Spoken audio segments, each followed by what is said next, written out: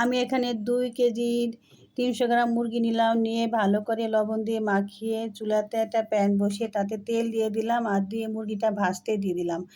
আরেক চুলায় আমি মুরগির মাংসটা রান্না করার জন্য মশলাটাকে কষিয়ে নিব।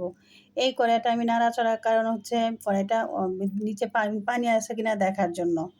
না পানি নেই, এখন আমি মশলাটা দিয়ে দিব এখন।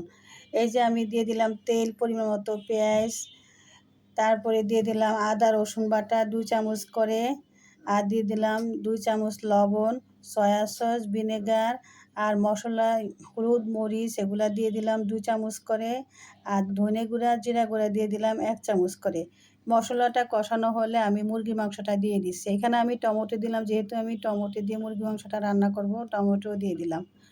এই যে এখন অনেকক্ষণ একটু কষাবো, কষানো হয়ে গেলে আমি এখানে মুরগি মশলাও দিয়েছি, 1 মগ দুধ দিয়ে দিলাম। আমার এই মাংসটা হবে ঝাল, টক, মিষ্টি। দেখেন আমার রান্নাটা হয়ে গেছে, কালারটাও খুব সুন্দর।